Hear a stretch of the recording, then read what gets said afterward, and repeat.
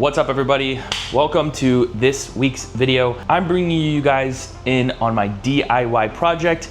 Today we're gonna be using the Schluter system, also known as KERDI-BOARD, to waterproof my shower. The KERDI-BOARD system, from my current understanding of it, is that it's not only extremely easy to work with, it's 100% waterproof, meaning the board itself that I bought, the orange board, does not need any sort of coating over it. That board by itself is waterproof. This is very important. As somebody who's in water and mold remediation, I come across showers all the time that are built with drywall, tile starts to crack, and eventually water seeps into the drywall, and drywall is an organic material. Therefore, it is going to be a host for microbial growth, otherwise known as mold. So me being a restorer, I want to avoid this entirely. Now, the KERDI-BOARD system is definitely more expensive than your traditional cement board with RedGuard, but ultimately we're gonna find out in today's video how easy it really is to work with. So that all being said, guys, stick around and enjoy this week's video. All right guys, so in addition to the orange board, we have the Schluter screws, we have the Schluter adhesive, we also have the Schluter pipe seal, and we also have the Schluter valve. Now, it's really important if you're going to use the Schluter system that you actually use the Schluter system. I was looking on Amazon, for example, for cheaper screws, and when I was reading about them, they actually corrode a lot quicker than the screws that are made by Schluter. So it's really important that you use their system. So if you're using their board, I highly suggest getting everything associated with the Schluter system. That all being said, I'm gonna get this board hung and get this shower 100% waterproof. Let's go. Just to give you guys an idea on how easy this KERDI-BOARD is to cut, I am going to cut the square out for the shower head, and we're just gonna freaking stick it in there.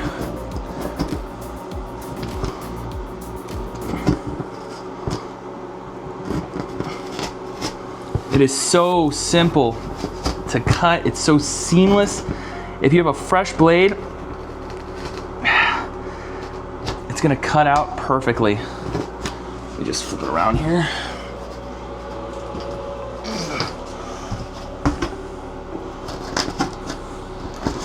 And then we just put our thinset around these areas here.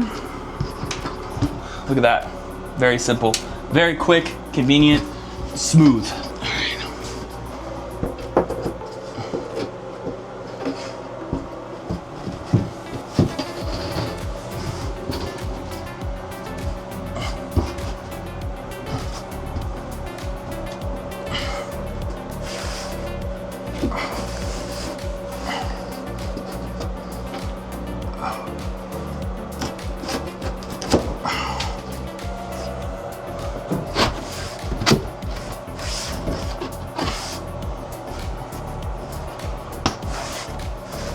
We got our Schluter board KERDI screws.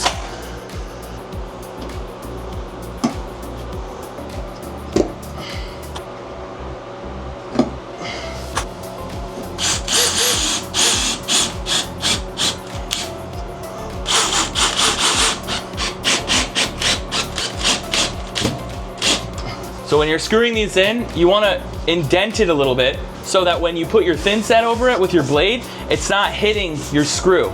So keep that in mind. So the KERDI-BOARD system recommends installing your fasteners, aka screws, 12 inches apart and center on stud. So make sure you find that center and make sure you're measuring those out, because I just realized that there's a few of my screws that are just over 12 inches apart. I think it's gonna be okay, but moving forward, I'm definitely going to make sure my screws are 12 inches apart. That all being said, we got a lot of screwing around to do, so let's go.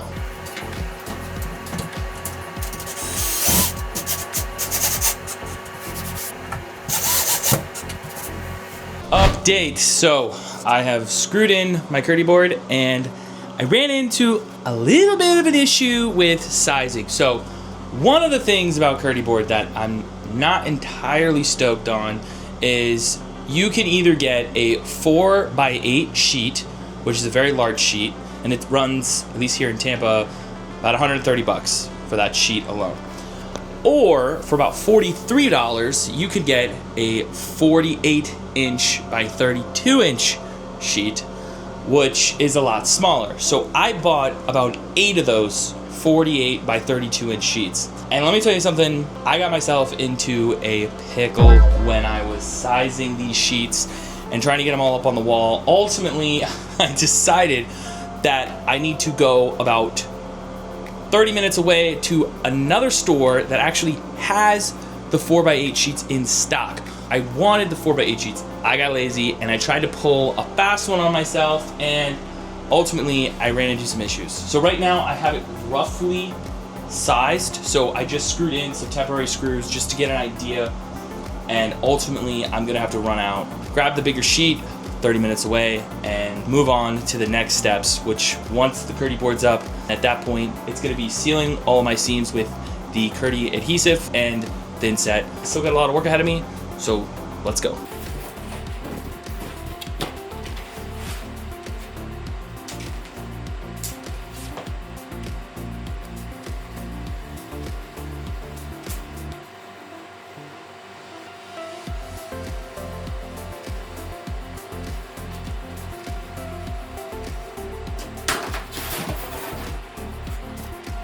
All right guys, all of my screws are now in place, properly sized. Now it's time to apply the Schluter adhesive, aka Kerdi-Fix, which is right here.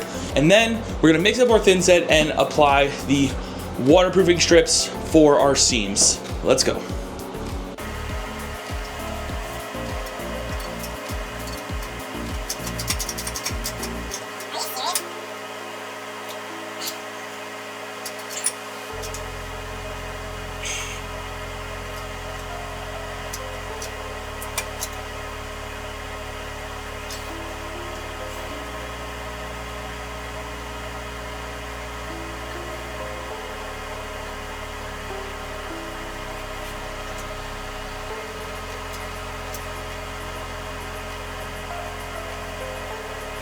All right, so I mixed up my thinset. I am super happy with the consistency. I only needed a really small amount of thinset because there's not a ton of surface area here. I had a little bit of trouble figuring out the exact mixture, so I ended up just eyeballing it, and I'm actually super happy with the consistency. Kind of surprised myself there. It's now time to slap this thinset on, cover the seams with our waterproofing strips, and get this shower 100% waterproofed.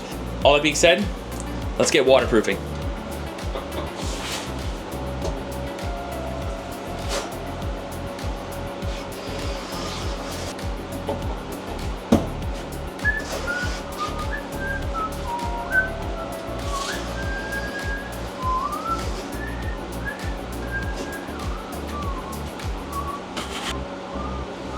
Honestly, if I had scissors, it'd probably be a lot easier to cut, but I do not.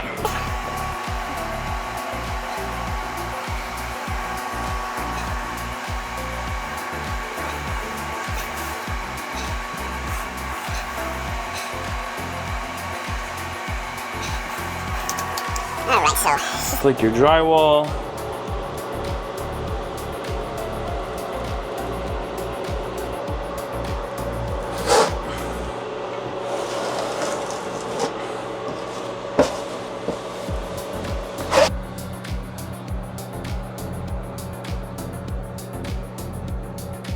All right guys, ultimately, I think the Kerdi system is pretty cool. It's really light to work with. Some of my mistakes with sizing and stuff, I was able to correct very quickly with just my razor knife. I like it, but I will say I'm not a fan of when it comes to the part of buying the materials, you know? For example, drywall, you have a lot of variety of sizes and quantity of screws and whatnot. The Schluter system, when it comes to the shower stuff, really is limited, right? Like you only get so many screws per pack. There's not really an option to buy this stuff in bulk. And it seemed like inventory with the bigger boards varied in stores. For example, both the Lowe's and Home Depot near me didn't even have the 4x8 sheets that I needed, which forced me to go 30 minutes away to a Lowe's that did. Ultimately, you can get these sheets. Obviously, wherever you're located, it might be a little bit differently, but my overall thoughts on the system is I think it's easy to work with. It's also pretty expensive. I have a lot of extra scrap material too. And that could also just be my poor planning or mistakes, but when you're spending a lot of money on material and you have scraps left over, all you could think about is, damn, that's a lot of wasted money I have laying right there. There was definitely a little pressure to make sure things were correct the first time. Ultimately, I'm pretty satisfied with the outcome, and we'll see next week how it all looks with the tile up. All that being said, guys, thanks for watching this week's video.